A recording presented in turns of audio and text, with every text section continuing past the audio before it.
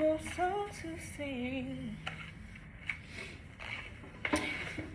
Hello, my people. I just wanted to come talk to you guys for a second. I never really show my face or sit to talk to y'all, but I just want to talk to the pregnant mamas out there, especially the ones who have experienced loss in the past. And you are either trying to get pregnant or you're currently pregnant. And I just want to speak to that spirit of fear because, as y'all know, I was pregnant in 2018 and lost my twins at 19 weeks. They had twin transfusion, which basically means one of them was getting everything and the other one wasn't getting enough. So one of the boys was like floating in the amniotic fluid and the other one was like just stuck. I went in to have the communication cut between both of them to see if that'll help, to see if they will thrive on their own, and both of their hearts stopped. So I was forced to deliver them at 19 weeks, thus losing them. And I just want to speak to the fear that comes along with getting pregnant again after that. We had cash in 2020, but I still remember taking that test, and immediately the first thing I felt was fear. And I'm like, oh my goodness, did we want more children? Yes. But I'm like, what's gonna happen? I had this feel like something is gonna happen, something is gonna go wrong. I didn't tell anyone until I had hit 19 weeks. So I want to say that's when we start telling people. In my mind, I'm like, okay, I have to get past this certain point, just in case, something happens. And as y'all can tell, he is everything. Oh, he is everything and some. Cash is so lovable. His personality is so big. He loves people. He is everything, y'all. And so with this pregnancy, I still felt that fear for a second. This time I didn't allow it to fester like it did with Cash, because God told me clear as day that's no longer a part of your story. After something tragic, we tend to hold on to that, but you have to let your faith take over. Like, in this season, I've really been doing my homework, y'all. Like, sometimes you have to take a step back and find your way again. Like, it really got to a point, even before I found out I was pregnant. I'm going to tell y'all how I found out I was pregnant, which is crazy, but even before I found out I was pregnant, I had to take a step back because as a hairstylist, I'm always busy. I'm always doing something. If I'm not here at the salon, I'm with my kiddos. Both of them play sports. My daughter, she's on up in age, so she has school and homework and all of that. So it's always something going on, right? Parenting, wife, and life in general be life in y'all. Like, so I definitely had to get myself together mentally. I was struggling. It was hard, especially having a lot of outside noise. Like, you're always needed. Something always has to be done, and you don't have. Well, I felt like I didn't have enough time for me, And that was hard. That was a hard pill to swallow, but I literally took a step back, and I'm like, you know what? In this season, I just don't want to. And that came along with, not bothering people, but I also didn't want people bothering me. I literally just wanted to be like, and I don't know if that's making sense, but I did. I got back into journaling, and it didn't even have to be a specific event or emotion that came up that made me journal. I journaled every day, whatever was on my mind. And then going back, reflecting over some of the things that I wrote down, I get relief because I'm like, okay, at that point, I was really feeling like that. I feel so much better, y'all.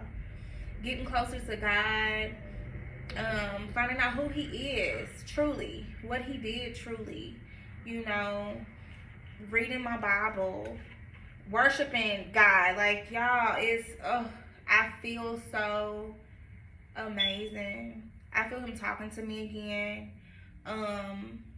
which is crazy because I'm a dreamer, and I used to dream so much about just different things, and then, you know, that stopped. But sometimes, you know, when it's a lot of outside noise, you become distracted, and can't hear God's voice because you have all these other voices, you know, in your ear. But I'm definitely back there, y'all, and it's a beautiful thing.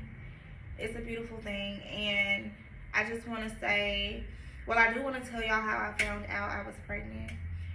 So, I mean, this might be too much TMI, but my cycles have been off for a minute. So, it went from like being the regular 28 days to maybe 32, 35 days to sometimes 40, 42 days, you know.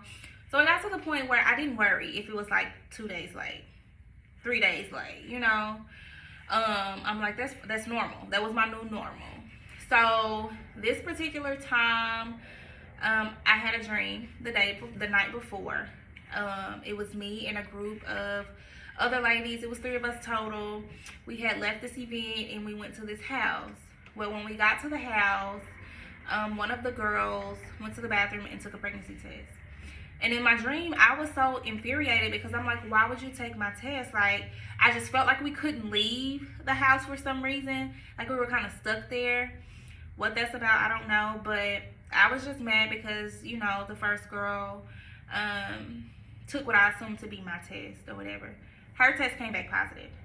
Okay, so I just went to the bathroom and all of a sudden another test was in there. I don't know if someone went to the store or whatever. I don't know. But I went to the bathroom and took the test, and it was positive in my dream.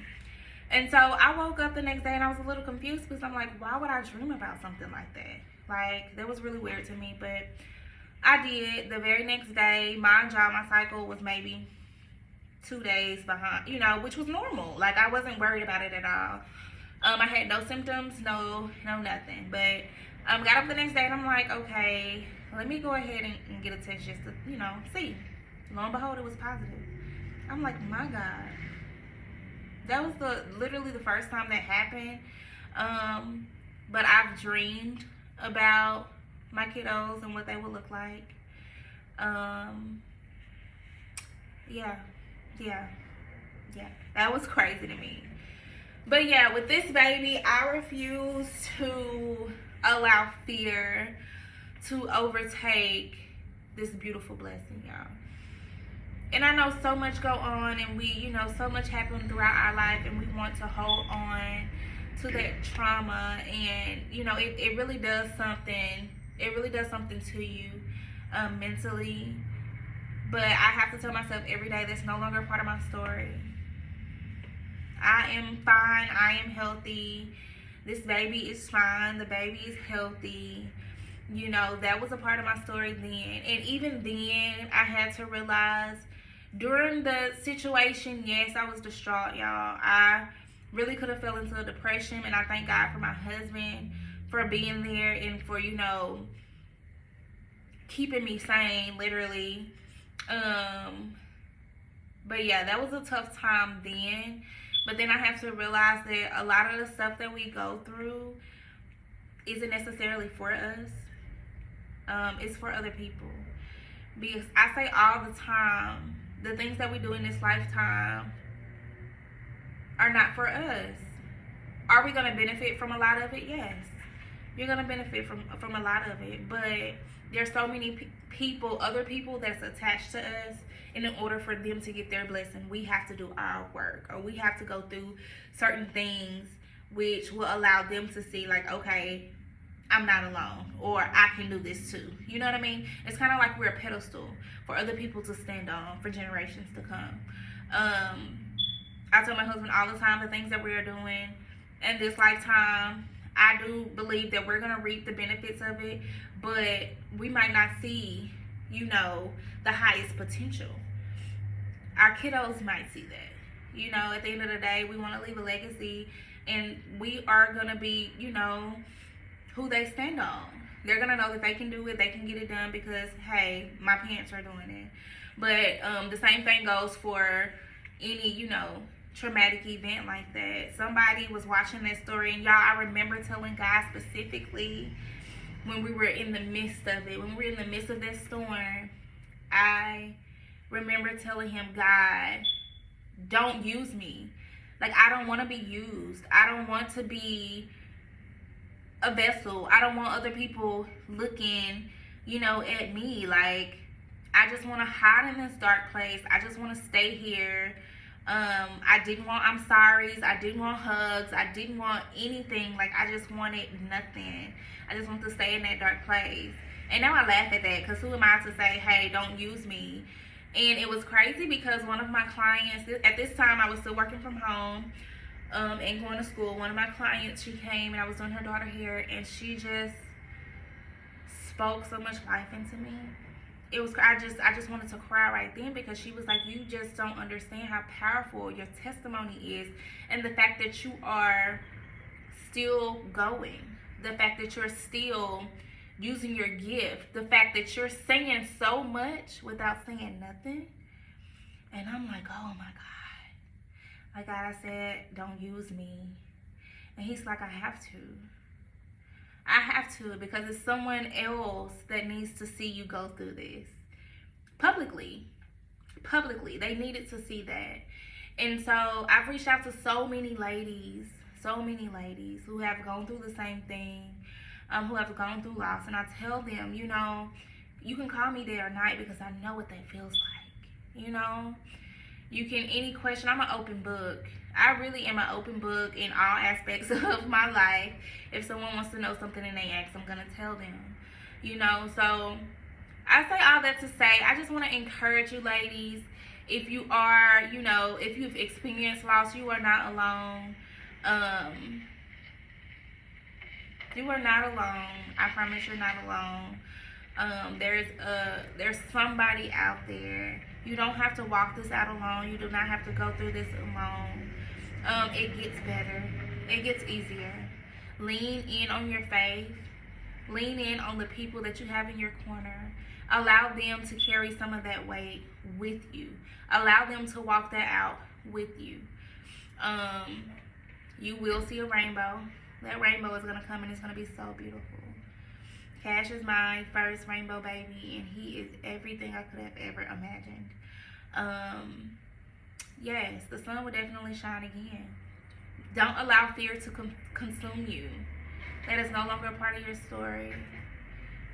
God knows exactly what you need, and he's going to give you exactly what you need. Lean in on him. Trust in his word, not your own understanding. You know, I love y'all. I know I haven't told y'all in a minute, but I do. I love y'all so much. And hopefully we can do this a lot more often. I like talking to you guys. I will see y'all soon.